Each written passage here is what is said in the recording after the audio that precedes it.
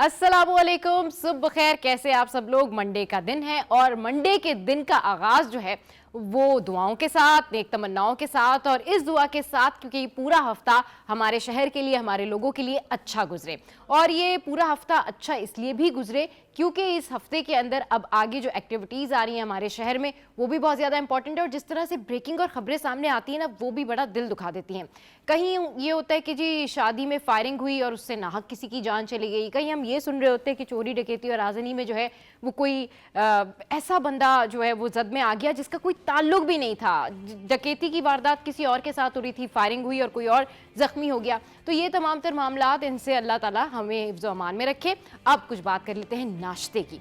अच्छा, हेल्दी नाश्ता जो है ना वो बड़ा ज़बरदस्त इसलिए रहता है हमारी सेहत के लिए क्योंकि इसकी वजह से हमारी सेहत बेहतर रहती है और पूरा दिन जो एनर्जी और हमारी जो पॉजिटिव फीलिंग्स होती है ना वो हमारी इन्हेंस हो जाती हैं।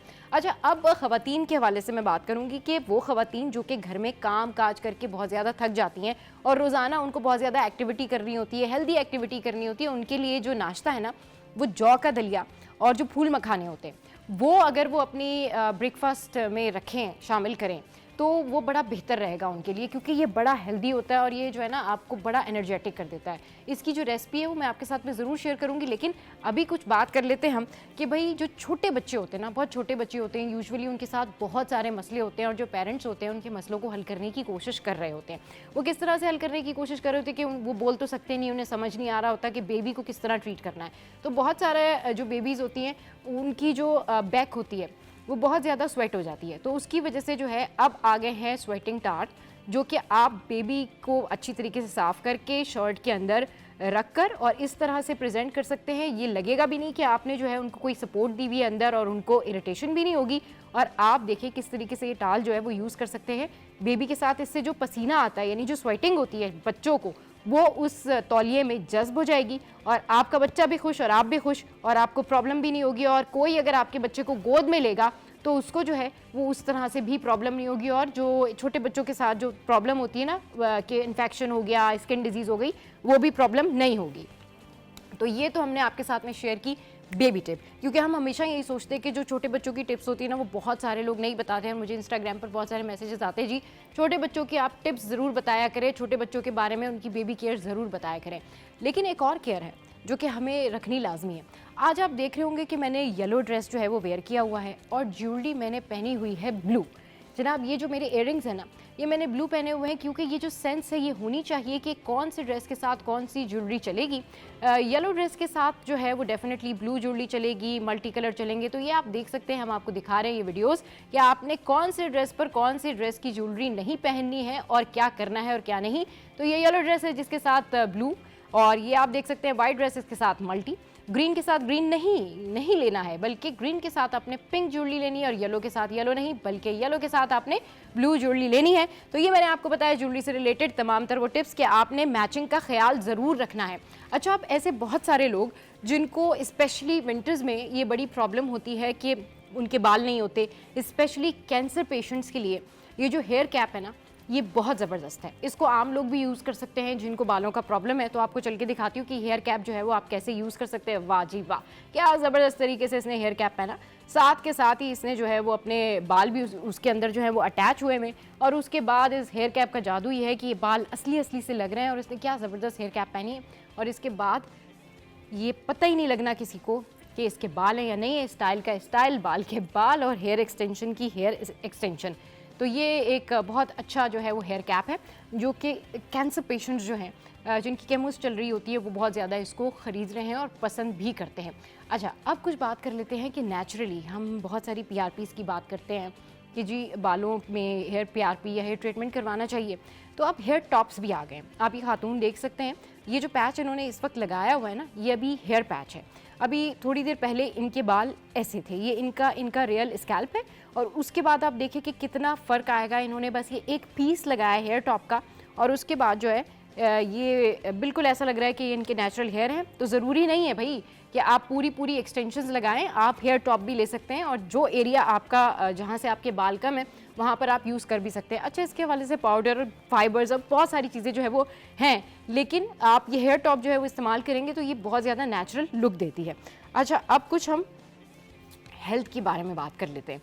मैंने आपको कहा था कि आपको अपने नाश्ते का ख्याल रखना चाहिए, वहीं आपको अपनी हाइजीन का भी ख्याल रखना चाहिए। एक रिसर्च है जो कि मैं आपके साथ में शेयर करती हूँ, and it's about your room, bed और उसकी जो क्लीनलीनेस है उस हवाले से। भाई अपना बिस्तर आप कैसे साफ़ कर सकते हैं, तो हर रोज़ इसके हवाले से अगर जो लोग ये सफाई नहीं रखते, ये उनके लिए है कि हर रोज़ हमारी जल्द से 50 करोड़ के लगभग मुर्दा खुलिये झड़ते हैं। और बरतानवी जो तहकीक है उसके मुताबिक सर से निकलने वाले पसीने की वजह से एक तकिए में अरबों और खरबों की तादाद में फंगस भी मौजूद होते हैं। जी हाँ, चादरें और तकिए खिलाफ 50 डिग्री सेंटीग्रेड पर भी गर्म पानी से धोएं, तब भी उनमें फंगस जिंदा रह सकता है। यस, बरतानवी प्रोफेसर हैं डेविड डेनिंग, उनके मुताबिक कि अगर लंग्स की बीमारी या दमा नहीं है तो हर साल 2 साल बाद जो है वो आप अपने तकिए बदल लें, और अगर सांस की बीमारी है तो 3 से 4 माह में आपको अपने तकिए चेंज कर लेने चाहिए। तो ये तो एक रिसर्च जो मैंने आपके साथ में शेयर की, और इस रिसर्च में जो है वो हमें यही बात समझ में आई, हमें ये पता चला कि भाई अगर आपको कोई बीमारी नहीं भी है तो कम से कम 3 से 4 महीने बाद आप अपने तकिए, बिस्तर, चादरें सब चेंज कर लें, और उनकी जो ट्रांसफॉर्मेशन है वो बहुत ज़रूरी है। और अगर आप मरीज़ हैं दमे के तो इन चीज़ों का आपको बहुत ज़्यादा ख्याल रखना है। अच्छा, ख्याल तो हमें सबका ही रखना चाहिए, इंसान हो, सफाई हो, जानवर हो। अगर मैं जानवर की बात करूँ ना, तो हम चलते हैं आपको लेके बहावलपुर में ये जो है वो इंसिडेंट हुआ है, और बहावलपुर के जो बच्चे हैं अभी वो बड़े उदास हैं। और बहावलपुर से ये खबर सामने आई, ये लॉयन है जी जो वहाँ पर हलाक हो गया। और हम देख सकते हैं कि बहावलपुर का ये तारीखी शहर जो है, तारीखी शेर बाग में 7 साला बंगाली टाइगर था जो कि हलाक हो गया।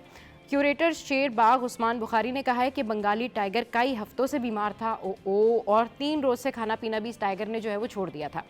अच्छा, बंगाली शेर जो था वो गुर्दों और मैदे की बीमारी की वजह से हलाक हुआ, और टाइगर को पोस्टमार्टम के लिए Islamia university veterinary and animal sciences department में मुंतकिल भी कर दिया गया।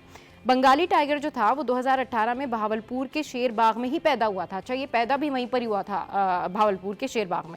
और शेर बाग इंतजामिया के मुताबिक 3 साल से बंगाली टाइगर आंख के मर्ज में मुब्तला था, जिस वजह से इसकी एक आंख भी ज़ाया हो चुकी थी, और अब जो है ये हलाक हो गया है वहाँ पर। तो ये खबरें जो है मैंने आपके साथ में शेयर की, और ये सारी जितनी भी खबरें होती हैं ना, हमारी कोशिश ये होती है कि आपको जितनी अवेयरनेस दे सकें, ब्यूटी टिप्स से रिलेटेड आपसे बात हो सके। अच्छा, आप हमें कॉल भी कर सकते हैं, और आज तो आप ज़रूर कॉल करिएगा, क्योंकि आज आपके जो फेवरेट मेकअप आर्टिस्ट है वाजिद, वो हमारे शो पे आ रहे हैं, और आप कॉल करके उनसे बहुत सारी जो है ब्यूटी टिप्स भी पूछ सकते हैं, और ये भी पूछ सकते हैं कि आपने अपना मेकअप कैसे करना है। इसके अलावा हमारे साथ में शो में होंगी टॉप स्टोरीज, हमारे सीनियर रिपोर्टर्स हमें ज्वाइन करेंगे, और जनाब स्किन की तो ना आज आपके लिए बहुत सारे गिफ्ट्स हैं हमारे पास। गिफ्ट्स इसलिए हैं कि ये जो हमारी आपको अवेयरनेस होती है, ये जो हमारे टॉपिक्स होते हैं, ये आपके लिए किसी तोहफे से कम नहीं होते। उसकी रीज़न ये है कि ये बताते हैं कि आप अपनी स्किन को रीजुविनेट कैसे कर सकते हैं। स्किन ट्रीटमेंट पर बात होगी कि bionic stem cells skin treatment क्या है। तो आपने कहीं नहीं जाना, हमारे साथ रहना है। हम बस ब्रेक पर जा रहे हैं और वापस आ रहे हैं। Stay with us, keep watching city at 10। Welcome back. तो जनाब टॉप स्टोरीज के लिए हमारे सीनियर रिपोर्टर महराज भाई ने हमें ज्वाइन किया है, ब्यूरो चीफ कराची अशरफ भाई ने हमें ज्वाइन किया है। अस्सलाम वालेकुम, वेलकम टू द शो। कैसे हैं आप लोग? अच्छा जनाब, पहले टॉप स्टोरीज की जानिब बढ़ने से पहले ना आपके साथ में सिटी अपडेट्स हम शेयर करते हैं, और आज आपको बताते हैं कि कौन सी फ्लाइट मंसूख हो गई है और कौन सी फ्लाइट आ रही है और कौन सी फ्लाइट जा रही है। So here we go. आज क्या सूरत हाल है? आज सूरत हाल कुछ इस तरह से है कि तकनीकी और ऑपरेशन वजूहात के बायस आज कराची से रवाना होने वाली 12 परवाजें मंसूख कर दी गई। मतलब अभी मैं पूछ रही थी ना महराज भाई आपसे कि 12 परवाजें मंसूख हो गई हैं और आप कहीं जा तो नहीं रहे, तो महराज भाई कह रहे थे जा रहे हैं, हम लोग जा रहे हैं। अच्छा जनाब, अभी पूछते कहाँ जा रहे हैं। अच्छा, कौन कौन सी परवाजें ये सुन लीजिए। कराची से जद्दा सीरीन एयर की परवाज जो है वो E811 मंसूख हुई है। फिर उसके बाद लाहौर, कराची से लाहौर सीरीन एयर ER 522 524 मंसूख हुई है। फिर उसके बाद कराची से इस्लामाबाद एयर ब्लू की परवाज PA200 मंसूख हुई है। अच्छा, एक और परवाज है कराची से इस्लामाबाद सीरीन एयर ER 502 और 504, ये भी मंसूख हो गई है। फिर कराची से जो है इस्लामाबाद एयर सयाल की परवाज PF123 मंसूख हुई है। कराची से दुबई एमिरेट्स की परवाज EK609 मंसूख हुई है। कराची से दमाम जाने वाली PIA की परवाज PK241 मंसूख, और कराची से कोलालमपुर जाने वाली जो है वो बाटिक एयर की परवाज OD 136 मंसूख हुई है। कराची से बहरीन ईरान एयर की परवाज IR 813 भी मंसूख हो गई है। तो जनाब बात वही है कि मैं हमेशा आप लोगों को यही कहती हूँ कि भाई जब भी आपने अपनी मतलब आपका जिस दिन फ़्लाइट हो उस दिन आप डेफिनेटली पूछ लें कि भाई कोई फ़्लाइट मंसूख तो नहीं हो रही, ताकि आप एयरपोर्ट जाएं और फिर वहाँ पर जाके आपको इतना बॉदर करना पड़े, तो उससे बच जाएंगे।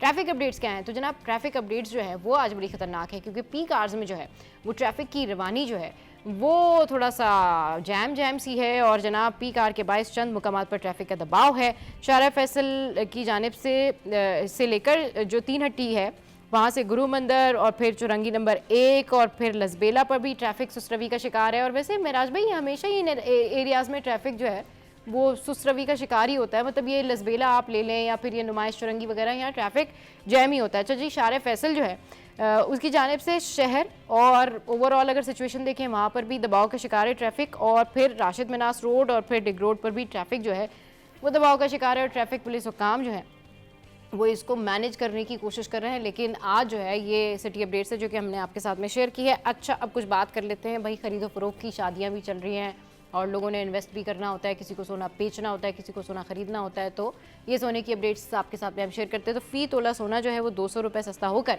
2,89,400 रुपये का हो गया और 10 ग्राम सोना 172 रुपये सस्ता होकर 2,48,113 रुपये का हो गया है। आलमी मार्केट में $2 कमी के बाद फी ऑन सोना $2,770 का हो गया। और चांदी, 1 तोला चांदी जो है वो 32 रुपये कमी के बाद 3,409 रुपये की हो गई है।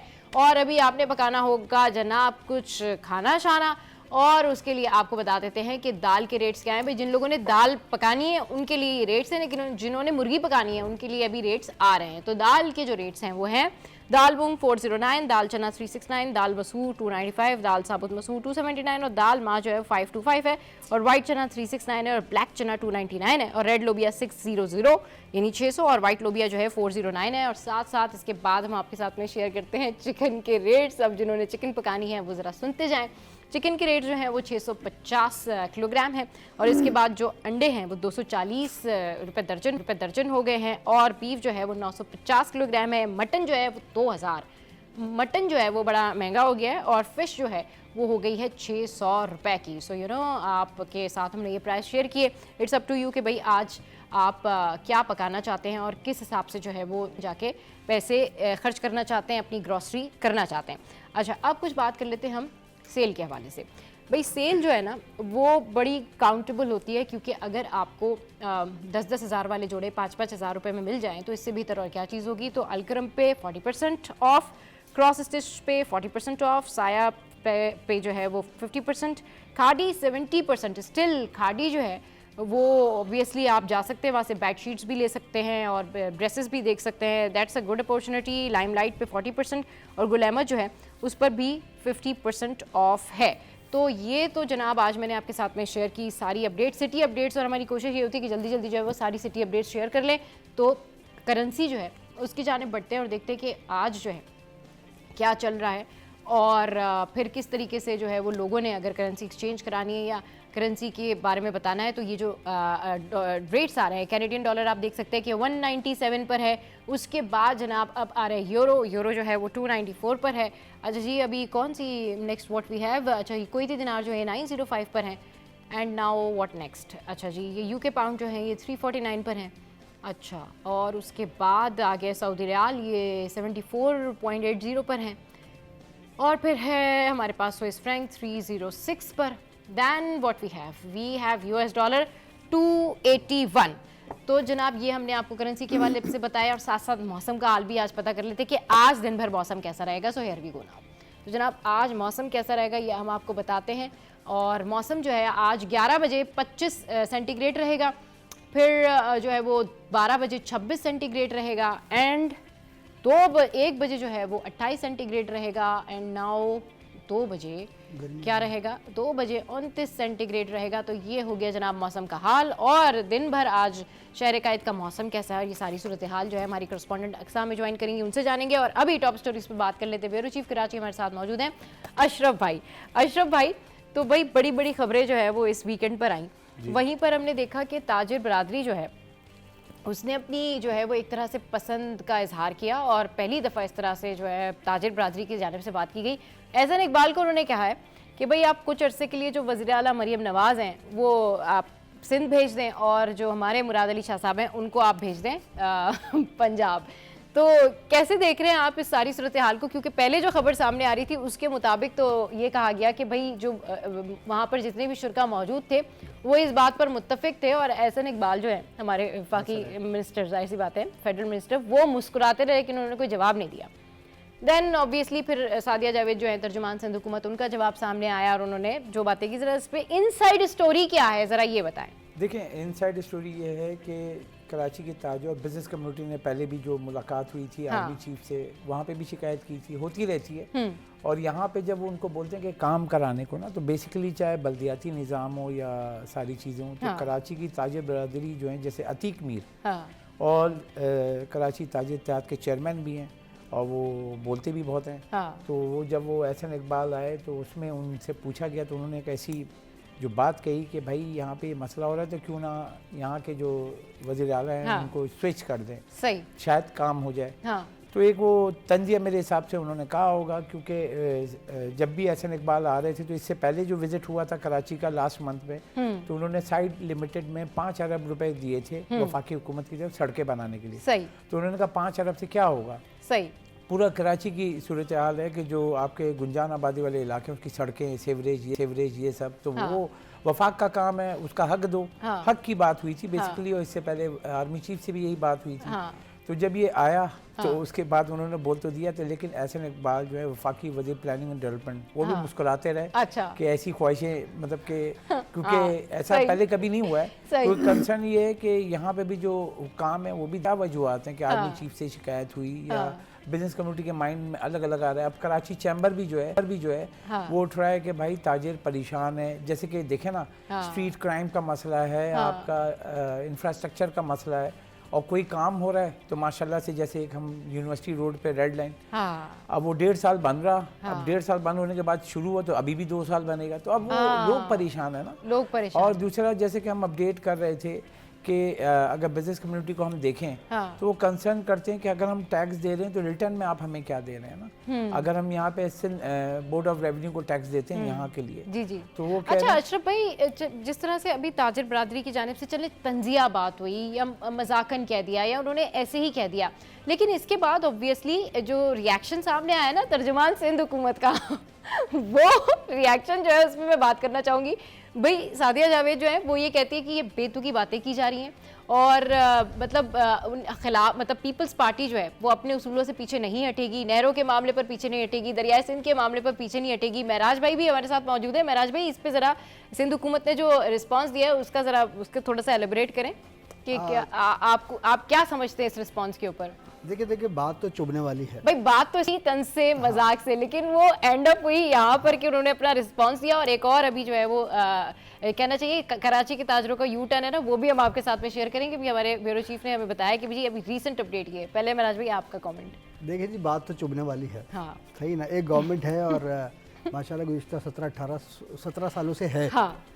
तो अब अगर विफाक से कोई यहाँ पर मेहमान आता है और विफाक के मेहमान के सामने अगर यहाँ वाले कुछ बात कर देते हैं, ताजिर बरादरी की बात कर देती है, तो उसका मकसद अगर आप सोचें समझें तो वो ये है कि इसका तो क्लियर जवाब यही है कि वो यहाँ की गवर्नमेंट से मुतमईन है ही नहीं। जब भी उन्होंने अज़राए मजाक ये बात कह दी, ठीक है ना, तो अब ये बात जाहिर सी बात है कि तर्जुमान को बुरी भी लगनी थी और तर्जुमान ने इस पर अपना वर्जन भी दे दिया, रद्द-ए-अमल दिया कि भाई ये जो है आपने गलत कहा है। और अब बात यह है कि तब्दीली की तो हम बातें बहुत अरसे से सुन रहे हैं सीएम की, और अब भी ज़राए कहते हैं कि अगले 2 से 3 माह में एक खातून ने जो है सीएम बनना है सिंध का। तो इस तरह की बातें भी चल रही हैं, तो फिर बैलेंस हो जाएगा ना पंजाब के लेवल पे। हाँ, पंजाब के बाद सिंध में भी अब शायद बैलेंस हो जाएगा। ये तो बड़ी खबर है, दुनिया में ये मैसेज जाएगा जी, खवातीन जो है वो जाहिर है एम्पावर हैं और बिल्कुल आगे। तो ये इसकी भी एक बहुत दिनों से मामला चल रहे हैं और सुना कि अभी 2 रोज कबल भी कोई बहुत ही अहम इजलास और मीटिंग हुई है, तो उसमें फिर से यही बात रखी गई है कि अगले 2 से 3 माह में जो है तब्दीली का मामला है और खातून जो हैं जिनको अद्दी भी कहा जाता है, तो उनके जो है इम्कानात जो है वो रखेंगे। आज महराज भाई ने ठान लिए कि सारी ब्रेकिंग्स जो है ना आज अभी के अभी बता देंगे। भाई खातून है, उन्हें अद्दी भी कहा जा सकता है, 2 से 3 माह में तब्दीली के भी चांसेस हैं। बड़ी बड़ी खबरें सामने आ रही है। वहीं अशरफ भाई ने बताया कि कराची के ताजरों ने ले लिया यू टर्न। जरा देखिए क्या कह रहे हैं।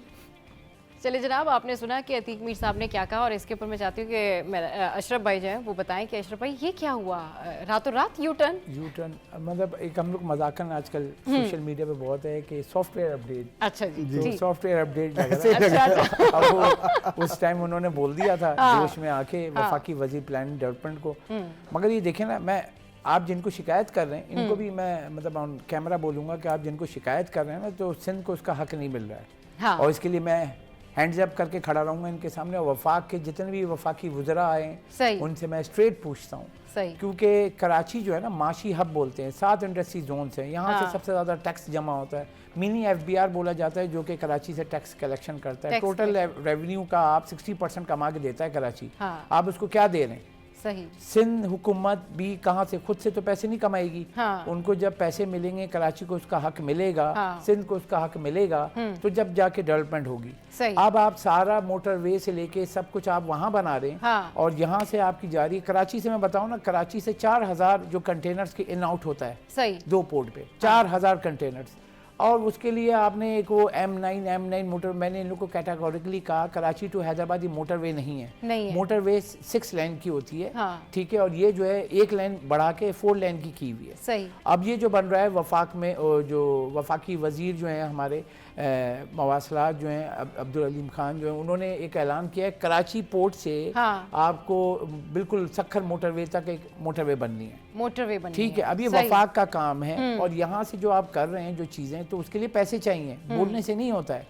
और अगर आप ये बना रहे हैं तो पैसे दें भाई, ये मोटरवे नेशनल हाईवे अथॉरिटी है, आप जो पैसे ले रहे हैं आप लगाएं। सही। और अगर आप मोटरवे नहीं बनाएंगे तो वहाँ पे जो ट्रांजैक्शन दिखा रहे हैं कि वहाँ पे मोटरवे बन गई, तो भाई यहाँ पे दें। और यहाँ पे अगर देंगे तो आप भी कमाएंगे। कराची बीमारी में इतने कमा के दे रहा है, बीमारी में अगर ठीक हो गया तो कितना कमा के देगा, कितने अर्निंग्स करेंगे। ये सिंपल सी बात है, मगर इनको ये चीज समझ में नहीं आती। वो आके बोल के जा रहे हैं। आप बताएं ना, इतना बड़ा कराची है, वफाक कह रहा है 5 अरब रुपए की सड़कें बना लो। खुदा का खौफ करें यार, आप लोग कराची से कमा रहे हैं, कराची को नहीं दे रहे। सिंध को अगर पैसे नहीं देंगे तो यहाँ के सिंध के जो सारे बासी हैं वो ऐसे ही परेशान रहेंगे। सही, बिल्कुल ठीक कह रहे हैं जनाब। अक्सा ने हमें ज्वाइन किया है और अक्सा से जानते हैं मौसम का हाल। अस्सलाम वालेकुम अक्सा, गुड मॉर्निंग, कहाँ पर हैं, कैसे देख रही है मौसम? वालेकुम सलाम सबा, मैं बिल्कुल ठीक हूँ और सीवीओ पे मौजूद हूँ, शहर कराची के साहिल समंदर पर मौजूद हूँ, जो अल्लाह ताला की तरफ से जो है वो कराची को दी हुई एक नेमत है। मौसम के अहवाल जो है वो कुछ इस तरीके के हैं कि शहर कराची में मौसम ने करवटें बदलना शुरू कर दी हैं। इस वक्त जो है वो गर्मी भी महसूस की जा रही है और महकमा मौसमियात के मुताबिक बताया जा रहा है कि मौसम जो है वो सर्द है। ये देखा जा रहा है कि रातें सर्द हैं, लेकिन दिन के औकात में जो है वो अब ये जो दर्जा हरारत है उसमें जो है वो इजाफा देखा जा रहा है। इस वक्त मैं बिल्कुल जो है वो सूरज के सामने मौजूद हूँ और गर्मी की शिद्दत जो है वो उसके सेंटीग्रेड से ज़्यादा महसूस की जा रही है। जो इस वक्त शहर का दर्जा हरारत है वो 17 सेंटीग्रेड है और गर्मी जो है वो ज़्यादा महसूस की जा रही है, यानी 18 सेंटीग्रेड महसूस की जा रही है। तो जनवरी के जो है वो इख्तिताम है और महकमा मौसमियात के मुताबिक ये बताया गया था कि 24 जनवरी को शहर में सर्दी की लहर जो वो दाखिल होगी और उसके बाद जो वो 26 जनवरी को सर्दी जो वो देखी जाएगी। और आज ये देखा जा रहा है कि गर्मी जो है वो महसूस की जा सकती है। इस वक्त जो है वो साहिली पट्टी पर मैं मौजूद हूँ और आपको मेरे रकम में जो वो खूबसूरत सी समंदर की लहरें भी नज़र आ रही होंगी, साइबेरियन बर्ड्स भी नज़र आ रहे होंगे। और चूँकि गर्मी और फिर वर्किंग डे है तो उसके बायस जो है वो कराची के बहुत ही कम लोग जो है वो यहाँ पर सैर व तफरीह के लिए आए हैं। लिहाजा इतवार के दिन जो है वो शहरी यहाँ पर आते हैं और मुख्तलिफ तफरीह गाहों का रुख करते हैं। तो मौसम जो है वो अच्छा चल रहा है। लेकिन अक्सा ये बताइए कि महकमा मौसमियात की जानिब से और क्या पेशगोई की गई थी? बारिश के हवाले से भी कहा जा रहा था कि बारिश का भी इम्कान है। जी बिल्कुल, महकमा मौसमियात के मुताबिक जो बताया गया है कि आज से 3 से 4 रोज़ बाद जो यानी इस हफ्ते के इख्तिताम पर जो वो बारिश जो है वो मुतवक्का है। शहर कराची के ज़ोर शोर पर तो नहीं, लेकिन हल्की और जो है वो दरमियाने दर्जे की बारिश जो है वो शहर कराची के बलाई और मुख्तलिफ इलाकों में जो है वो देखी जा सकती है। तो लिहाजा जो सर्दियों की बारिश होती है वो बड़ी मज़ेदार सी होती है। लेकिन हम ये दुआ करते हैं कि जो पिछले साल की तरह जो वो शहर कराची में 4 फरवरी को गुज़िश्ता साल बारिश हुई थी वो बड़ी ख़तरनाक थी, क्योंकि आधा शहर उस वक्त जो वो बारिश के पानी में जो है वो डूब गया था। और आपको पता है फिर शहर कराची की जो सड़कें हैं वो बहुत ज़्यादा जो है वो ख़राब हो जाती हैं। लेकिन बारिश है, एंजॉय करना है, मौसम है, यही सर्दियों के दिन है जो बिल्कुल मौसम के हवाले से अक्सा में अपडेट करी थी और अक्सा में यही बता रही है कि भाई अभी जो बारिश है वो नेक्स्ट वीक में मुतवक्की है। महकमे मौसमियात ने पेशगोई की है। बहुत शुक्रिया अक्सा, आपने हमें अपडेट। अशरफ भाई, बारिश भी हो सकती है महराज भाई, बारिश भी हो सकती है, लेकिन बारिश के हवाले से जो है वो बहुत सारे तहफ़्फ़ुज़ात इसलिए हैं कि क्या वाकई बारिश होगी। पेश गोई तो हो गई है, यहाँ वक्त एक ब्रेक का। ब्रेक के बाद जब वापस आएंगे तो आपको बताएंगे कि अंडे का फंडा क्या है और मार्केट में कौन कौन से अंडे हैं जो अवेलेबल हैं। Stay with us, keep watching city at 10। Welcome back. तो जनाब, अंडे का फंडा क्या है तो आपको सुना देते हैं। इस अंडे का फंडा क्या है, ये जो 340 रुपए के ऊपर पहुंचे हुए थे, 350 के ऊपर पहुंचे हुए थे अंडे, वो एकदम से उसके प्राइस कम क्यों हो गए और मुझे नहीं समझ में आ रही कि मिस्री अंडा कौन सा होता है, डबल जर्दी वाला अंडा कौन सा होता है। तो ये सारी बातें जानने के लिए ना अयाज भाई की रिपोर्ट देखते हैं। चलें जी, आपको आज बताएं कि अंडे का जो फंडा, लोग कहते हैं कि अंडे दो किस्म के होते हैं, कि देसी अंडा और फार्मी अंडा, लेकिन अंडे की कई किस्में हैं जो फार्मी में भी हैं और देसी के अंदर भी हैं। वो आज आपको बताते हैं जिसकी कीमतें अलग अलग हैं। आज अंडे की कीमत जो है वो 240 रुपये दर्जन पे तो आ चुकी है, लेकिन पिछले दिनों ये अंडा जो था वो तकरीबन 200 और 350 रुपये तक तजावुज़ कर चुका था। अच्छा, ये है जी जनाब जिसको हम बड़ा अंडा बोलते हैं, जो कि 58 ग्राम का जिसको अंडा कहा जाता है, ये है वो बड़े अंडे। अच्छा, अगर आप देखें तो इसी के साथ मैं आपको दिखाऊं, ये है छोटा अंडा, ये है छोटा अंडा और ये है बड़ा अंडा जो बताया ये जाता है। छोटे वाला 220 रुपये है, बड़े वाला 240 और ये मिस्री वाला है, ये 450 रुपये दर्जन है। ओरिजिनल देसी जो है वो 650 रुपये और डबल दर्दी 450 रुपये दर्जन है। अब अगर देसी की बात करें तो ये है मिस्री, जिसको बोलते हैं ना देसी अंडा, ये थोड़ा बड़ा अंडा होता है। इसके बाद जो असली फार्मी का अंडा होता है, देसी अंडा जो असल होता है वो होते हैं छोटे साइज़ के। अब मसला यहाँ पे ये है कि मैं आपको और एक चीज़ बताऊँ कि यहाँ पर मौजूद है डबल जर्दी वाला अंडा। आपने सुना भी होगा, देखे होंगे, लेकिन आज आपको हम दिखाते हैं कि इनके पास जो है वो डबल जर्दी वाले अंडे भी मौजूद हैं। चले जी, ये आ गए डबल जर्दी वाले अंडे जो देखने में ही साइज़ बहुत बड़ा है। ज़रा भाई से कहेंगे प्रैक्टिकली हमें दिखाए, भाई ज़रा दिखाना ये डबल जर्दी वाले अंडे कैसे होते हैं। और जनाब ये देख लीजिए, ये है डबल जर्दी वाला अंडा, जिसकी इस वक्त कीमत क्या है भाई? 450 रुपये दर्जन। ये है जी 450 रुपये दर्जन। एक अंडे में 2 जर्दी के मज़े लीजिए।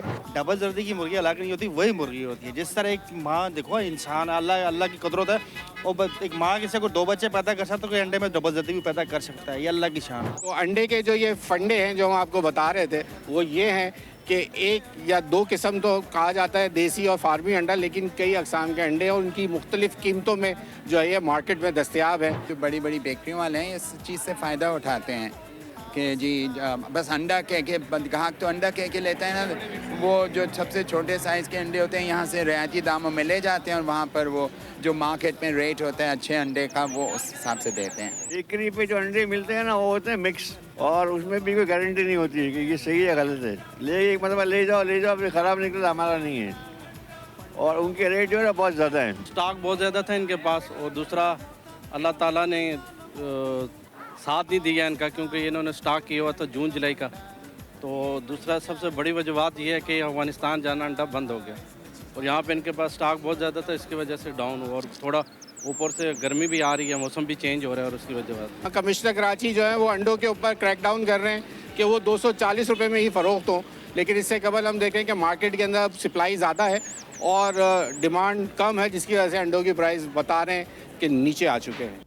तो जनाब क्या कमाल रिपोर्ट बनाई है, और सप्लाई ज़्यादा है, डिमांड कम हो गई है, अंडे की कीमतें नीचे आ गई है। जब मार्केट में जो है वो मिस्री अंडे को देसी मुर्गी का अंडा कह के भी बेचा जाता है। चलिए, जब ये तो हमने आपको बताया कि क्या प्राइस है और कौन कौन से अंडे इस वक्त मार्केट में अवेलेबल हैं, लेकिन मार्केट की बात हो रही है तो एक और मार्केट है जहाँ पर अब ट्रांसफॉर्मेशन शुरू कर दी गई है। और ये बड़ी अच्छी खबर है, स्पेशली उन लोगों के लिए जो नॉर्थ में रहते हैं, नॉर्थ कराची में रहते हैं, नॉर्थ नाजमाबाद में रहते हैं। कराची की जो सबसे बड़ी अच्छी मार्केट नॉर्थ के अंदर समझी जाती है ना, जो खवातीन की फेवरेट है और मेरी भी बड़ी फेवरेट है, वहां पर अब जो पथारे ठेले हैं वहां से हटाए जा रहे हैं। ये रिपोर्ट देखें आप, फिर इस पे बात करेंगे।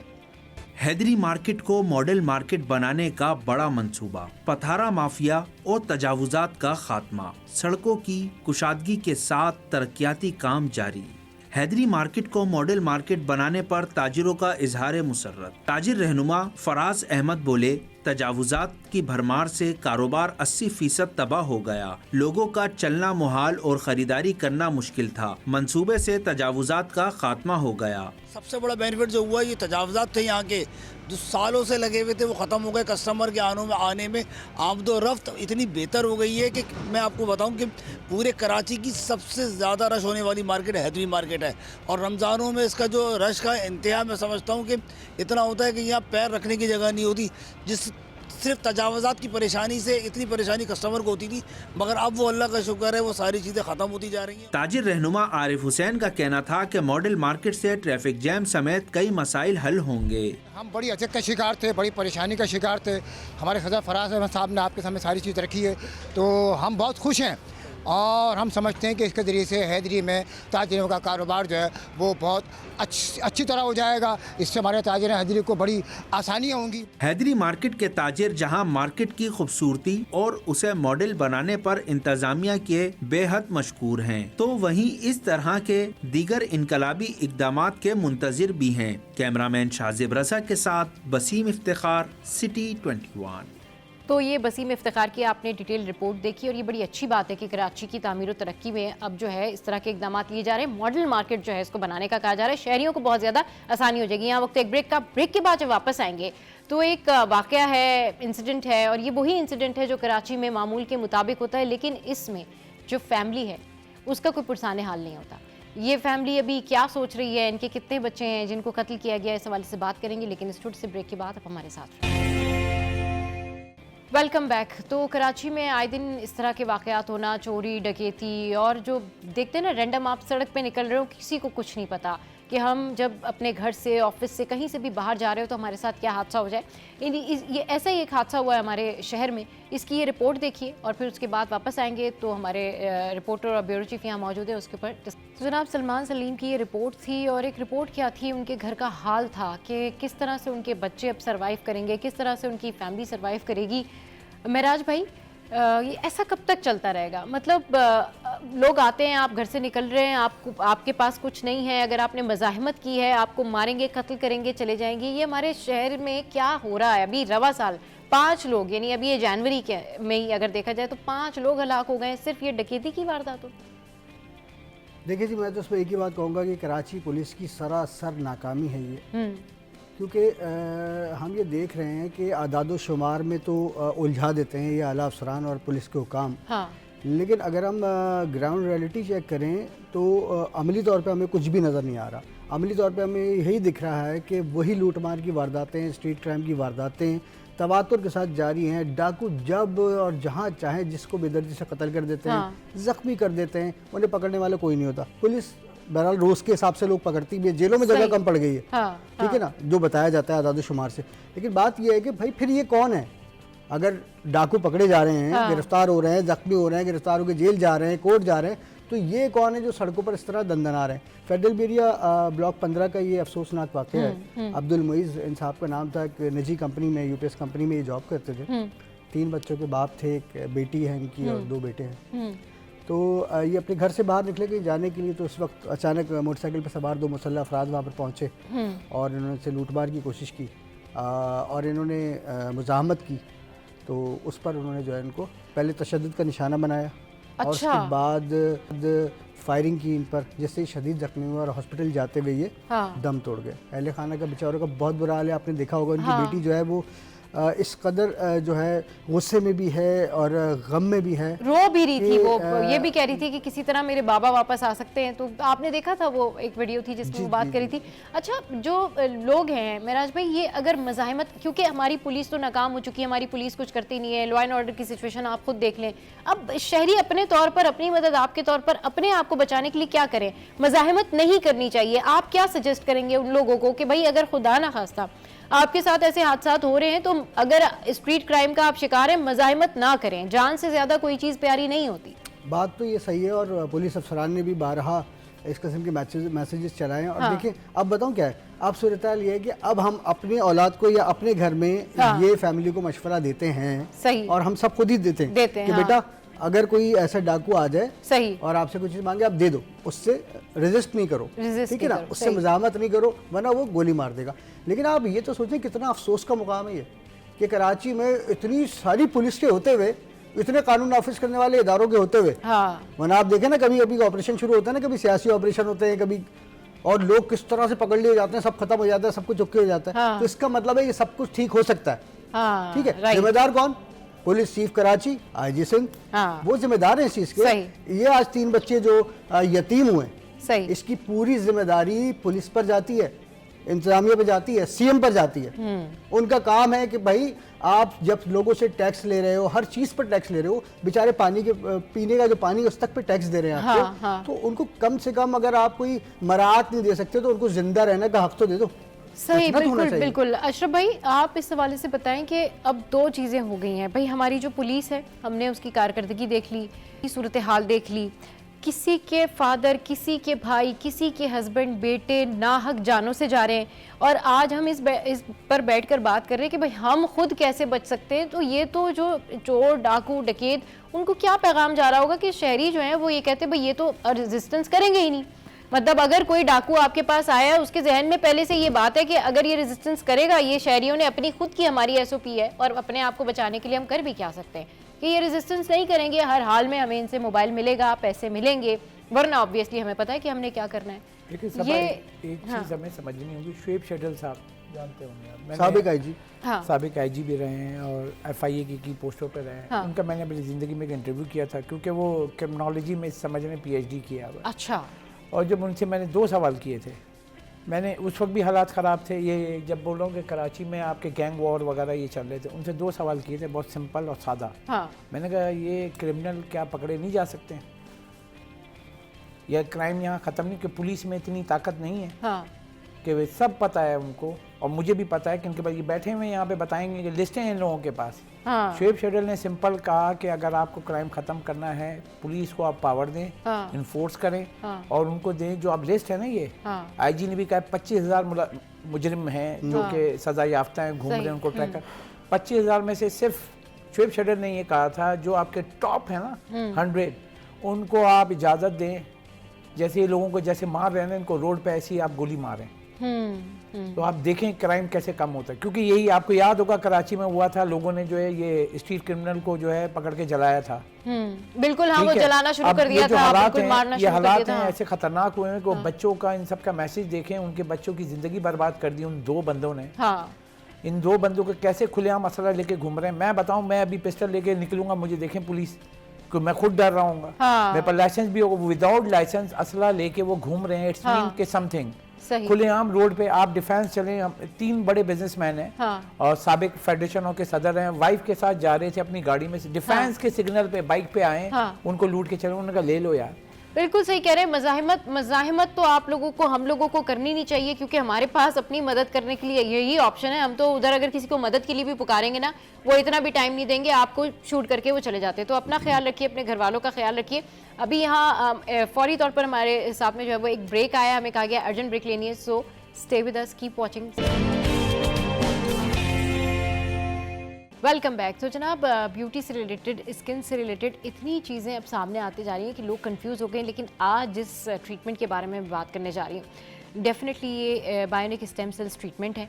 और ये ट्रीटमेंट जो लोग करते हैं, जिनसे मैं अभी आपको मिलवाने जा रही हूँ, ये कहते हैं कि इसमें आपको पेन नहीं होती। वरना हम देखते हैं कि माइक्रो नीडलिंग है या फिर दीगर जो डर्मा के एस्थेटिक्स क्लिनिक्स में ट्रीटमेंट किया जाता है, उसमें बड़ी पेन होती है। और अगर आपने कोई ट्रीटमेंट करवाया तो आप 2-1 दिन तक कहीं जा नहीं सकते हैं, आपके मुँह पर रेडनेस होती है या फिर स्वेलिंग होती है, and other than that. But ये जो ट्रीटमेंट है, ये ट्रीटमेंट आपको की स्किन को जवान रखने में, मतलब आपको यंग लुक देने में जो है वो सबसे ज़्यादा अब दिन ब दिन पॉपुलर होते जा रहा है ये ट्रीटमेंट। इस पर बात करने के लिए हमें ज्वाइन किया है डायरेक्टर CEO हैं ऑसी कोरियन फर्म के, जो कि इनकी क्लिनिक है, और उसमें जो है डॉक्टर अशोक कुमार हमारे साथ मौजूद हैं, और उसकी डायरेक्टर जो है महक कौर हमारे साथ मौजूद हैं। अस्सलाम वालेकुम, वेलकम टू द शो। कैसे हैं आप लोग? वालेकुम सलाम, आई एम गुड। अच्छा, मैं कभी ब्रेक में जो मैं आपसे सारी पूछ रही थी, सारी ट्रीटमेंट की ना मैं बातें पूछ रही थी कि भाई कैसे ट्रीटमेंट होता है, कितना महंगा है, क्या है, तो इन्होंने मुझे जो एक बात बताई ना, मुझे उस बात ने हैरान कर दिया कि भाई हम तो ना पाउडर के साथ में ट्रीटमेंट करते हैं, जिसमें ऑलमोस्ट 5 मिलियन नीडल्स होती हैं और वो फिर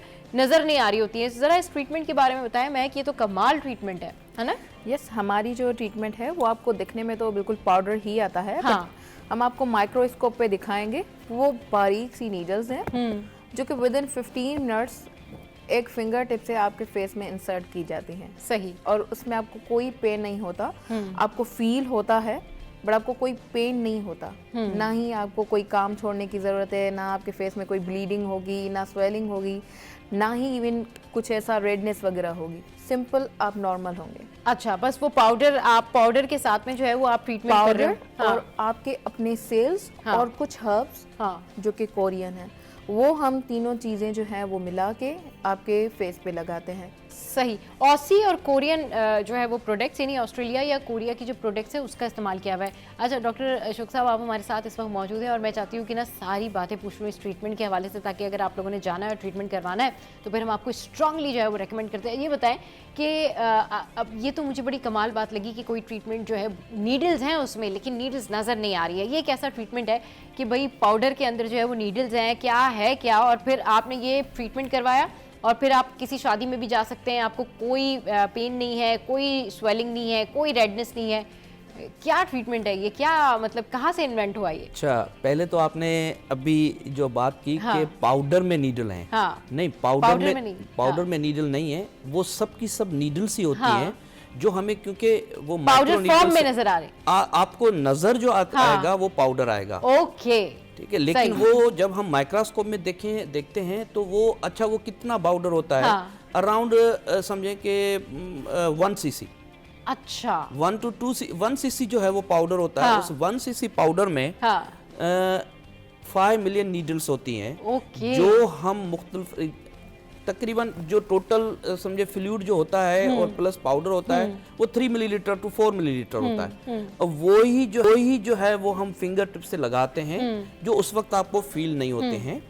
और लेकिन आपको एक आध थोड़ी देर के बाद जब आप प्रेशर देंगे अपने फेस पे तो आपको लगेगा कि मेरे फेस में जो है जैसे टिंगलिंग सेंसेशन होती है ना, हमारे हाथ पांव होती है। सही, इस तरीके से आपको फील होंगी वो, जो विद इन 3 डेज। आप ये नहीं है कि आप जो है ना वो, और दूसरी बात आपने ये की कि आप वो माइक्रो नीडलिंग करा के हमने, क्योंकि माइक्रो नीडलिंग जो है वो मिसटर्म एक हो गया है। अच्छा, ठीक है। अब अगर हम कहते हैं कि माइक्रो नीडलिंग, तो माइक्रो नीडलिंग तो पाकिस्तान में अवेलेबल है, सब लोग करते हैं। लेकिन वो माइक्रो नीडलिंग, एक्चुअली माइक्रो का मतलब होता है कि कोई चीज आप देख ना सकने अपनी आंखों से, और वो माइक्रो में चली जाती है। लेकिन जो यहाँ पे ट्रेडिशनल जो ट्रीटमेंट्स हैं वो माइक्रो नीडलिंग ही है, लेकिन उनकी नीडल्स आप देखेंगी। अच्छा, लेकिन उसका नाम क्यों माइक्रो नीडलिंग आया है मुझे नहीं पता। अच्छा सर, ये ट्रीटमेंट करवाने से डॉक्टर अशोक क्या होता है? मतलब स्किन जो है वो यंग हो जाती है, फ्रेश लगती है, इसके क्या पॉजिटिव जो है वो इम्पैक्ट्स पड़ते हैं स्किन पे? मैं आपको ओवरऑल अगर इसको एक वर्ड में करूं तो उस स्किन की जो है ना वो आप समझें कि उससे 1 से 2 ट्रीटमेंट जो है ना वो करके हमारे पास एक AI ऐप है। उस AI ऐप में पहले आपकी स्किन देखते हैं, उसमें आ जाता है कि भाई आपकी एज जो है वो समझें 50 इयर्स है, आपकी स्किन जो है वो समझें 55 इयर्स की है या 45 इयर्स की है। फिर जब ट्रीटमेंट होता है तो उसके बाद फिर हम वो आई पे उसको देखते हैं, सही AI पे, जो बिल्कुल एक्यूरेट होती है। देखिए मेरी आपकी असेसमेंट जो है वो रॉन्ग हो सकती है, सही, लेकिन आर्टिफिशियल इंटेलिजेंस से आपसे रॉन्ग आपको नहीं बताएगी, वो बिल्कुल एक्यूरेट है। ठीक, वो आपको बता देगी। ये किया कि आपने AI के थ्रू असेसमेंट कर ली कि ये कितनी एज होगी, कितनी नहीं होगी, उसके बाद फिर नेक्स्ट टाइम हम ट्रीटमेंट करते हैं, उसके 10 दिन के बाद फिर उसको बुलाते हैं। अच्छा। और उसको फिर ये AI करके उसको बताते हैं, देखें आपकी जो एज है वो 50 है, लेकिन उस वक्त आपकी 50 की जो है वो स्किन थी, अभी ये देखें 40 की एज। ओके, तो आपकी स्किन जो 10 साल जो पहले थी, जिसमें मेन उसमें आपको पता है एजेस से जो हम एजड देखने में आते हैं ना, वो मेन है रिंकल मेन है।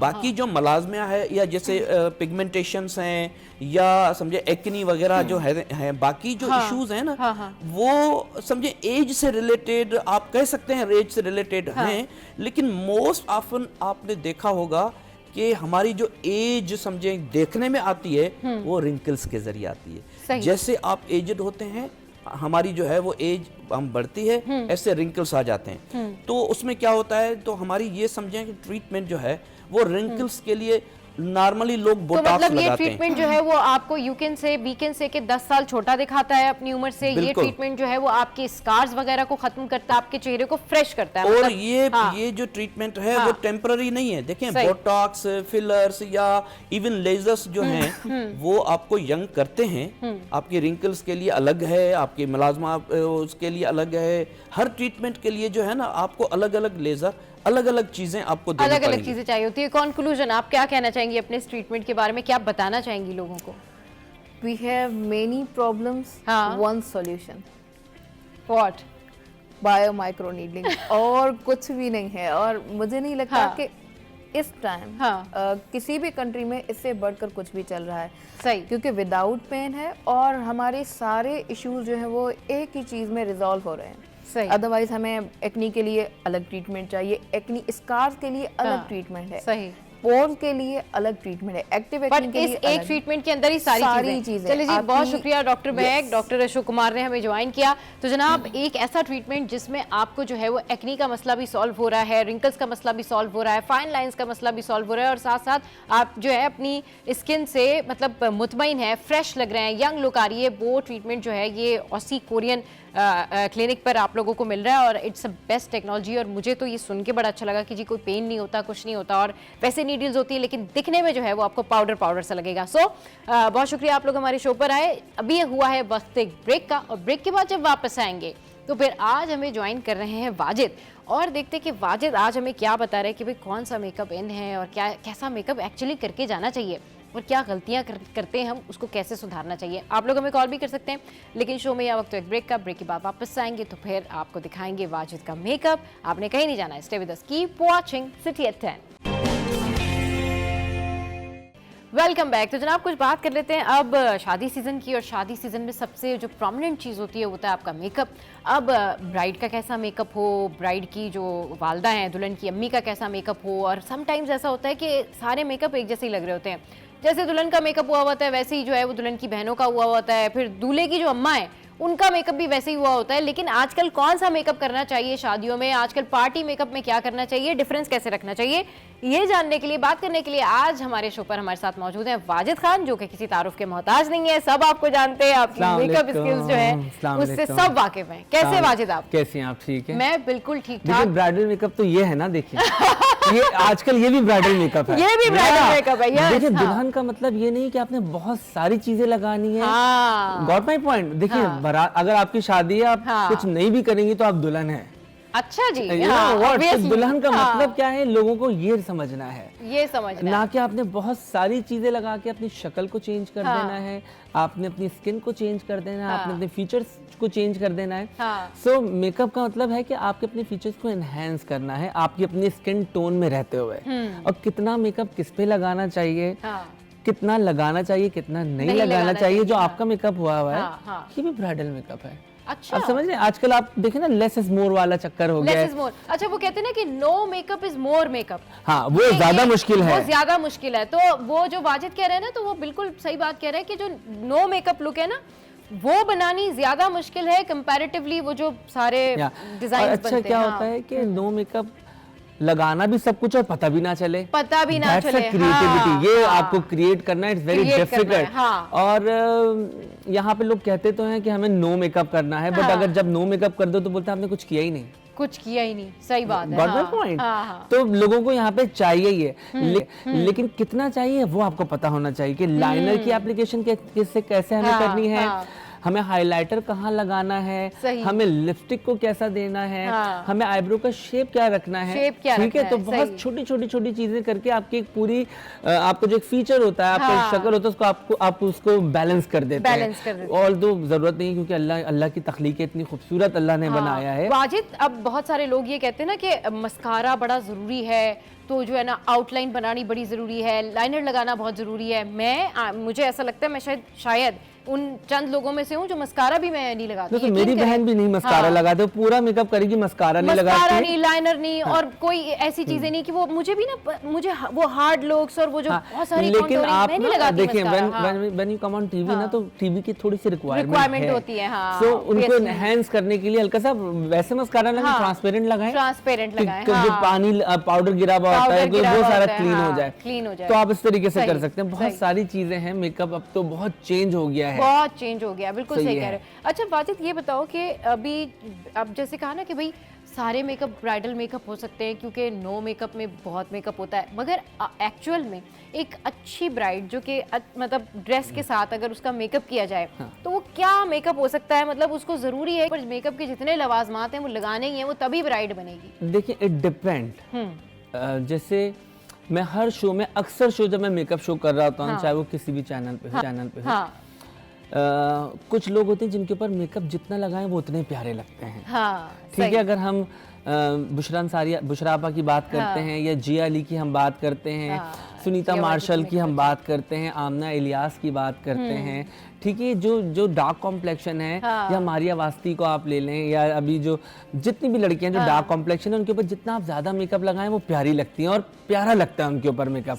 हाँ, अब जैसे जेबा बख्तियार हैं, जेबा आपा हैं, या हानिया के साथ मैंने कभी काम नहीं किया, हानिया हो गई, और ये जैसे माहिरा है, तो इनके ऊपर अगर ज्यादा लगा दें तो ये बुरी लगने लगती है। नीलम के ऊपर भी आप ज्यादा लगाएं तो बुरी लगने लगती है, तो इनके ऊपर जितना कम लगाएं उतनी प्यारी लगती हैं। सही, क्योंकि उनको जरूरत ही नहीं है ना मेकअप की, आपने सिर्फ क्या उनके फीचर्स को एनहांस करना है, हल्का सा ब्लशर कर दिया, आपने मस्कारा लगा दिया, लाइनर को अच्छा सा ब्लेंड कर दिया, लिपस्टिक लगा दी, हाँ बस ये आपको पता होना चाहिए। बहुत सारे लोगों के ऊपर ग्लॉस अच्छा नहीं लगता, ठीक है, वो ग्लॉस लगा लेती हैं, बिल्कुल, और वो सिर्फ वाजिद ग्लॉस ही ऐसा लगता है, बस पूरे फेस पे ना सिर्फ ग्लॉस चमक रहा होता है। इस तरीके से तो आपको पता होना चाहिए कि आप पे कितना मेकअप अच्छा लगता है, ठीक है। अगर आपके ऊपर सिर्फ लाइनर अच्छा लगता है ना, तो वो आपका स्टाइल है, वो आपका स्टेटमेंट है। जैसे भी आपने आईब्रो डार्क की हुई है, दैट्स योर स्टेटमेंट, कि आपको लोग देखें अच्छा ये तो वो खड़ी हुई है, देखो इसकी स्टेटमेंट, वो आईब्रोज की थिक लगती है, डार्क आईब्रो है। किसी जमाने में तूबा सिद्दीकी ऐसे आईब्रो करती होती थी, डार्क बिल्कुल काले ब्राउन बाल थे लेकिन काला आईब्रो करती थी, उसका स्टेटमेंट था। सो ये आपकी,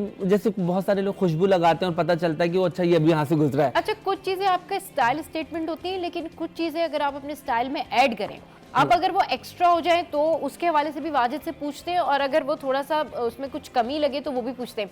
वाजिद का मतलब एक नॉर्मल पार्टी मेकअप पे आप जा रहे हैं, मतलब आप नॉर्मल पार्टी पे जा रहे हैं, लाइक ऐसी पार्टी है जो कि आपके बहुत करीबी लोगों की भी नहीं है और इस तरह की है कि बहुत दूर भी नहीं है, आपने एक फॉर्मल वहाँ पे शिरकत करनी है, तो उसके लिए आप कैसा मेकअप कर सकते हैं? उसके लिए ब्लश प्रॉपर करेंगे आप, प्रॉपर आईज, या क्या करना चाहिए? अच्छा, उसके लिए आपके बाल अच्छे बने होने चाहिए, बाल, ओके, ठीक है, बाल आपके प्रॉपर होते तो आप पूरे कंप्लीट लगते हैं। अगर आपके बाल अच्छे नहीं बने होंगे तो आप कुछ भी कर लें, आप नहीं अच्छे लगेंगे। हाँ, क्या है कि आपने काजल डालना है, मस्कारा लगाया, लिपस्टिक लगाई, जेल बैग बना लिया। अगर आपसे बाल नहीं बन रहे तो जेल बैग बना लें, सबसे सेफ रहता है, वो सबसे क्लासिक लगता है। क्योंकि वाजिद, वो आपने सुना होगा ना, सब सारे मतलब एंकर्स या एक्ट्रेस वगैरह वाजिद के साथ तो काम करती हैं, तो वो कहते हैं ना भाई अच्छा ठीक है, मेकअप जैसा तैसा भी हो जाए, बाल अच्छे होने चाहिए, बाल बहुत मेन है। हेयर डू जो है ना वो आपकी पूरी पर्सनैलिटी को चेंज कर देता है। वाजिद यहाँ पर है, वाजिद चाय पी रहे हैं लेकिन बातें भी कर रहे हैं साथ में, अभी आपने काम भी करके दिखाना है। तो जनाब वाजिद, अभी हम आपसे जो है ना वो सीखेंगे कि कैसे मेकअप किया जा सकता है। अभी जो हमारी मॉडल है वो आ रही हैं, लेकिन इतनी देर में हम लेते हैं ब्रेक, और ब्रेक के बाद जब वापस आएंगे तो फिर वाजिद आपको बताएंगे कि आप अच्छे प्यारे कैसे लग सकते हैं, कौन से मेकअप के साथ। Stay with us, keep watching city at 10। जनाब वाजिद हमारे साथ मौजूद हैं, और वाजिद की जो मॉडल हैं फातिमा, वो भी आ चुकी हैं। अस्सलाम वालेकुम, कैसी हैं आप फातिमा? अच्छा जनाब, तो अभी जो वाजिद की मॉडल है वो आ चुकी हैं, और वाजिद जो है अब इनके कुछ मेकअप वगैरह आपको करके दिखाएंगे, और किस तरह का मेकअप होगा आज, और क्या स्टाइलिंग देनी है। वाजिद वैसे क्या सोचा है, किस तरह का मेकअप करना है? Look at her, she is so pretty माशाल्लाह, हरसेल्फ ब्यूटीफुल, इतनी प्यारी शक्ल है, और बहुत ज्यादा मेकअप लगाने की जरूरत ही नहीं है। अरे वाह, सो जितना हम कम लगाएंगे, हम बताएंगे कि किस तरीके से आप अपनी स्किन में रह के खूबसूरत लग सकते हैं, किस तरीके से अपनी स्किन तो में लेकिन थोड़ा सा करेंगे क्योंकि बच्चियां, उनको मेकअप का शौक होता है, ये भी करना है, ये भी करना है, ये भी करना है। तो हम किस तरीके से उनके अपने फीचर्स को कैसे एनहांस करेंगे ये हम आज बताएंगे। अच्छा वाजिद, अभी वो जो मैं फेवरेट, मेरे प्रोड्यूसर साहब का जो फेवरेट सवाल था ना, वो जरा मैं आपसे कर लूँ।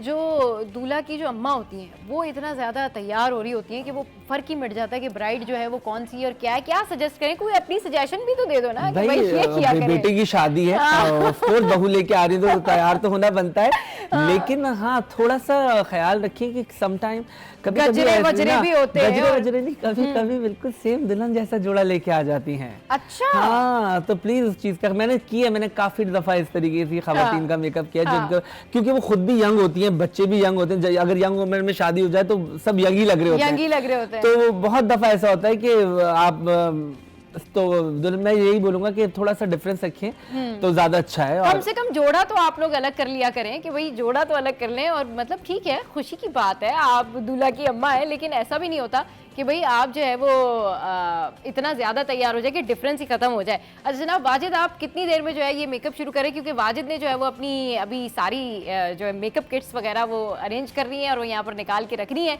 तो जनाब हम लेते ब्रेक, और ब्रेक के बाद जब वापस आएंगे तो फिर आपको दिखाएंगे वाजिद के कमाल।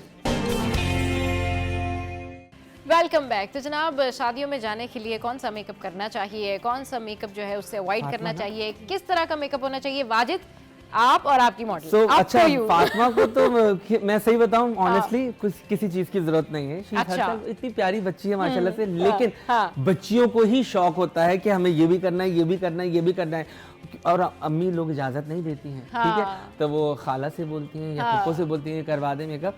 कभी कभी चाचू मेरी जो जितनी भी नीस हैं जो इस एज की हैं, यार वाजिद ये कर सकते हैं, यार वाजिद मम्मा को पता ना चले, मम्मा को पता ना चले, तुम कर दोगे वाजिद, तुम कर। तो मेरी दोस्तें वो सारी। सो हम फातिमा का सबसे पहले तो हम फाउंडेशन लगाएंगे और बहुत कम फाउंडेशन लगाएंगे। अच्छा this is very amazing Juni cosmetic का ये फाउंडेशन है, बहुत प्यारी फाउंडेशन है ये। एक इसका मैंने सिर्फ पफ लिया है और हल्का सा पूरे फेस के ऊपर इसको करके। अच्छा हमने क्या करना है, टैप करना है और ये स्किन इनकी ना छुपे, अपनी स्किन दिखती रहे। सही इस तरीके से आप पूरे फेस के ऊपर ब्यूटी ब्लेंडर की मदद से आप लगाएंगे। हल्का हल्का हल्का हल्का पूरे फेस के ऊपर देखेंगे। ठीक है, अच्छा मेक श्योर करेंगे इनके। अच्छा जैसे फातिमा की जो स्किन है, जो फेस का डार्क सर्कल बहुत है, डार्क सर्कल है नहीं बट ये डीप साइड आईज है। तो मेक श्योर करें उसको इनहेंस करने के लिए हमने क्या करना है, हमने इस लाइन को कवर करना है। राइट ठीक है, हमने इस लाइन को कवर करना है लाइक दिस। इस तरीके से हमने इस लाइन को कवर करना है। सही। अच्छा हाँ वाजिद, ये भी बहुत सारे लोगों में होता है कि उनके डार्क सर्कल्स नहीं होते, लेकिन यहाँ पे एक डीप सी लाइन है जिसका अभी आपने जिक्र किया है ना, ये बड़ा इरिटेट करती है जब आप फाउंडेशन लगाओ ना, तो ये नहीं छुपती ये वाली लाइन। छुपती क्योंकि वो क्या होता है कि शेडो बन रहे होते हैं, इसलिए वो डार्क लग रहा होता है। सो हमने पूरे फेस के ऊपर इस तरीके से लगा दिए। अगेन हम आंखों के ऊपर हल्का सा लगाएंगे, पूरे फेस के ऊपर टैप टैप टैप। सही। अच्छा टैप करके बेस लगानी चाहिए ना। सही। अगर रगड़ेंगे तो उतर जाएगी ना, उतर जाएगी। सही। चलें जी, ये अभी वाजिद जो है वो बेस लगा रहे हैं, हल्की हल्की बेस, और बड़े ज़बरदस्त तरीके से टैप करके वाजिद जो है वो बेस लगा रहे हैं। अच्छा वाजिद बेस वाकई आप बड़ी हल्की हल्की सी लाइट सी लगा रहे हैं ना, क्योंकि आई थिंक उनको इतनी ज़रूरत नहीं है। सही सही सही। अच्छा वाजिद, बहुत सारे लोग ये भी करते हैं ना कि बहुत ज़्यादा हैवी बेस लगा लेते हैं। अगर आपको पैनकेक की या ऊपर मेकअप फिक्सर की ज़रूरत नहीं है तो ना करें, लेकिन उनको लगता है कि मेकअप के रूल्स यही है कि सारा मेकअप ही किया जाए। एग्जैक्टली नहीं सारा मेकअप नहीं। अगेन में वही वाली बात है कि अगर आपके ऊपर अगर लाइनर अच्छा लगता है ना तो वो आपका मेकअप है, आपके ऊपर काजल अच्छा लगता है तो वो आपका मेकअप है। एग्जैक्टली। ओके, सो हमारी ये बेस कंप्लीट हो गई। ओके, ठीक है, सही, अच्छे तरीके से। अब उसके बाद हमने क्या करना है, लूज पाउडर हमने लिया इसी ब्यूटी ब्लेंडर की मदद से। राइट, ऊपर देखेंगे। अच्छा लूज पाउडर लगाया है। हाँ राइट। तो जो फाइन लाइंस होती हैं वैसे तो इनकी है नहीं, बहुत छोटी हैं अभी। हाँ। लेकिन जिनके फाइन लाइंस होती हैं, जिनके रिंकल होते हैं, वो लूज पाउडर के साथ करें। अच्छा, ताकि उनके ब्रेक ना हो। सही। अच्छा लूज पाउडर जो है वो बहुत सारे लोगों को लगाने की जरा वाजिद ट्रिक बताएं। बहुत सारे लोग जो है ना वो ब्रश के साथ भी मैंने देखा है वो लूज पाउडर लगा रहे हैं। लगा सकते हैं, लेकिन ब्यूटी ब्लेंडर के साथ देखिए बड़ा अच्छा फिक्स हो जाता है, शाइन आ जाती है, ग्लो आ जाती है। और बाकी मैंने आंखों के नीचे ब्यूटी ब्लेंडर की मदद से लगाया, बाकी मैं स्पंज पफ की मदद से, पाउडर के पफ की मदद से लगाऊंगा ताकि ये प्रोडक्ट को हम ब्लॉक कर दें, राइट ऐसे। राइट। अच्छा, पाउडर थोड़ा सा ज्यादा लग जाए तो कोई मसला नहीं है, पाउडर उड़ जाता है। सही, हाँ वो बाद में फिर वो आप उसको ब्रश आउट कर लेते हैं, हाँ। वो हो जाता है मैंने, चलिए जी, ये पहले लगी है हल्की हल्की सी बेस और उसके बाद लगाया वाजिद ने लूज पाउडर और अभी जो है ये इसको अच्छे से ब्लेंड कर रहे हैं। ठीक है, उसके बाद हमने क्या किया? वाजिद अभी से इसकी इफेक्ट अच्छी सी आ रही है। अब हम फ्रेश लुक बड़े ब्रश की मदद से इसको ब्लेंड। अच्छा, अब हम क्या करेंगे, हमने कंटूर नहीं करना, हमने पिंक, ये मेरा टूट गया, खत्म हो गया टार्ट का, तो मैंने ये पिंक ब्लशर लिया, राइट, और इसको मैंने ब्रश की मदद से स्माइल करो चीक्स पे, ओके, इस तरीके कंटूर नहीं कर रहा मैं, और नाक के टिप पे, ठीक है, और हल्का सा चिन पे इस तरीके से लगा दिया, सही, ठीक है, इस तरीके। और इसी को मैंने पतला किया ब्रश को, हाँ, और मैंने नाक की कंटूरिंग कर दी। अरे वाह, ठीक है, सही। अच्छा जनाब, एक कॉलर ने हमें ज्वाइन किया है। अस्सलाम वालेकुम, कौन बात करिए, कहाँ से? जी वालेकुम, मेरा वालिद कि ये जो खुली मेहंदी का पाउडर मिलता है जी, ये लगाना बालों के लिए क्या? अच्छा अस्मा, आप अपना जो पीछे आपका जो वॉल्यूम है ना टीवी का, वो जरा कम कर दीजिए, आपकी आवाज सही नहीं आ रही है हमें। जी मैं कह रही हूँ कि ये जो खुली मेहंदी मिलती है जी जी, ये लगाना बालों के लिए कैसा रहता है जी? फायदेमंद होता है या नहीं यूज करनी चाहिए जो बालों के लिए, अगर व्हाइट बाल नहीं भी है, ब्लैक बालों पे?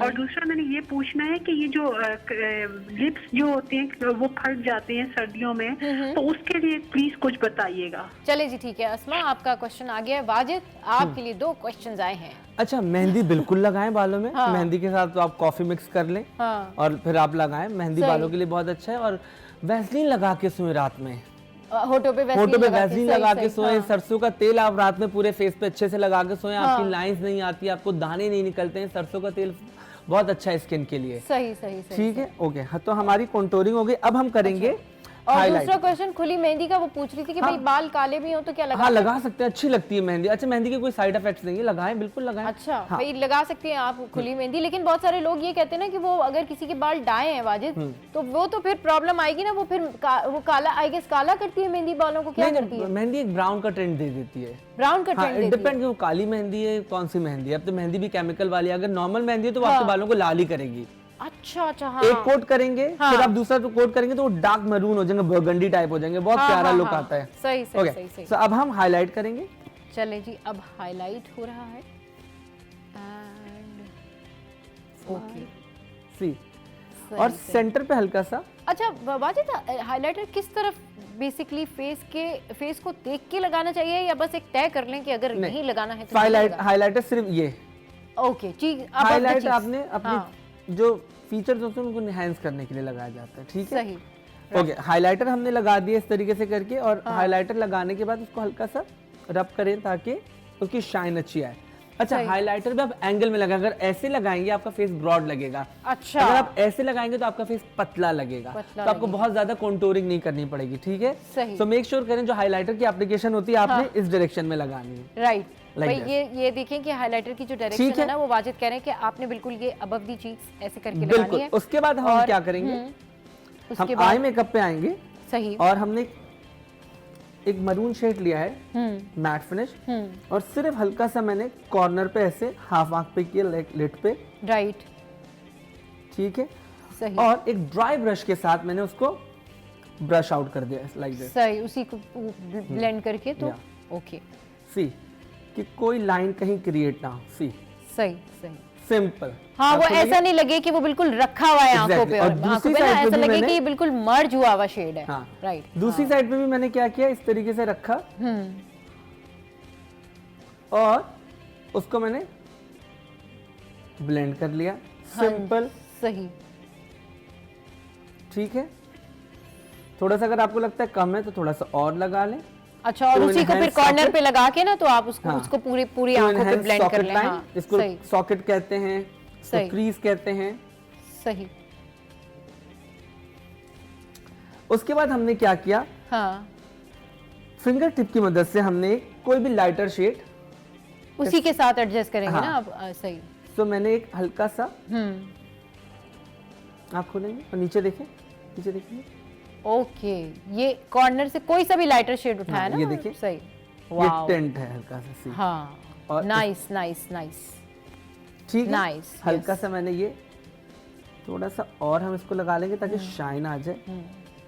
लाइट ग्रीन सा लग रहा है वाजिद, ये मुझे if I'm थोड़ा सा not मिक्स wrong, है, है ना, मिक्स है, पिकॉक टाइप का है और ये थोड़ा सा मिक्स। और फिर ये जो लाइन है इसको ब्लेंड करें, राइट, ठीक है। दूसरी आंख पे भी हम इसी तरीके से करेंगे, सही।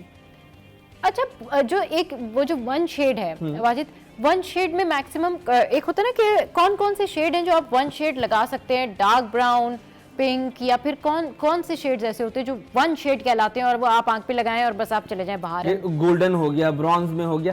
अच्छा, वन शेड तो आप कोई भी लगा सकते हैं, फ्रोजी भी लगा सकते हैं, पस्कारी लेकिन फ्रोजी वन शेड फिर वो बहुत डार्कर और वो बड़ा एनहांसिव डिपेंड कि आपने आगे डार्क करना, पीछे लाइटर के लगाने के भी तरीके हैं ना। हाँ, ये भी है ना कि लगाने के भी तरीके हैं। उसके बाद हमने क्या किया, ड्राई ब्रश के ऊपर देखेंगे सिर्फ नीचे इसी तरीके से हमने कलर को एनहांस कर दिया थोड़ा सा, सही। हाँ, बिल्कुल, आंख कितनी इसकी प्यारी लग रही है। सी, इसको कलर को थोड़ा फैला लेंगे लाइक दिस, ताकि आंख का एक शेप बन जाए, ठीक है। सही सही सही। दूसरी आंख पे भी हम इसी तरीके से करेंगे, हाँ, उसको बिल्कुल लैश लाइन के साथ साथ करके इसको हम फैलाएंगे, देखो सही,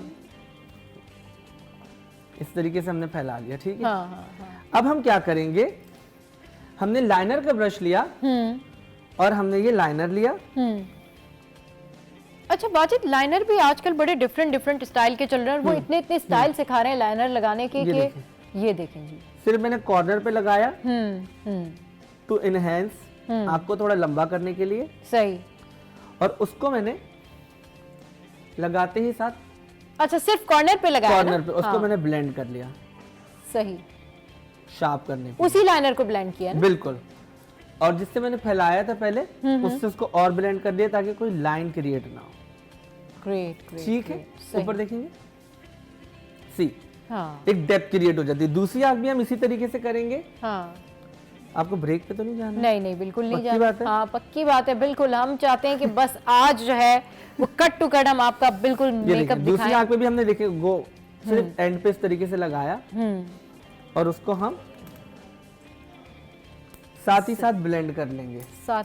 अच्छा, बहुत सारे लोग ये भी करते हैं कि बिल्कुल आई सॉकेट से बिल्कुल मिला के इतना लंबा लाइनर लगाते हैं कि वो बिल्कुल ऐसा लगता है आंखों पे सिर्फ लाइनर ही लगा हुआ है और शेड वेड कुछ नहीं इतने एनहांस हो रहे थे, बस लाइनर ही लाइनर नजर आ रहा होता है। मगर ये बड़ा अच्छा करके ब्लेंड करके कॉर्नर से लाके ना, कभी कभी बहुत सारे लोगों को बस शार्प लाइन ही अच्छी लगती है। अच्छा, बट लाइन मुझे लगता है हमेशा आपको एज देती है। अच्छा, जब आप यंग होते हैं तो आपके आईब्रो भी मोटे होते हैं, चीक्स भी होते हैं, जब आप बूढ़े हो रहे हैं तो लाइंस आती हैं, तो लाइंस हमेशा आपको एज देती है। थिक आईब्रो आपको सॉफ्ट लुक देगी, पतला आईब्रो आपको हार्श लुक देंगे।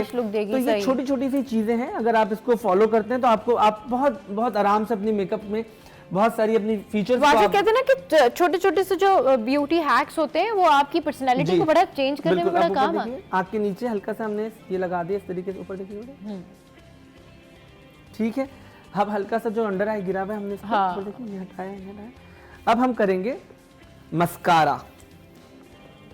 तो मस्कारा मुझे लग रहा है कि पीछे रखा सही।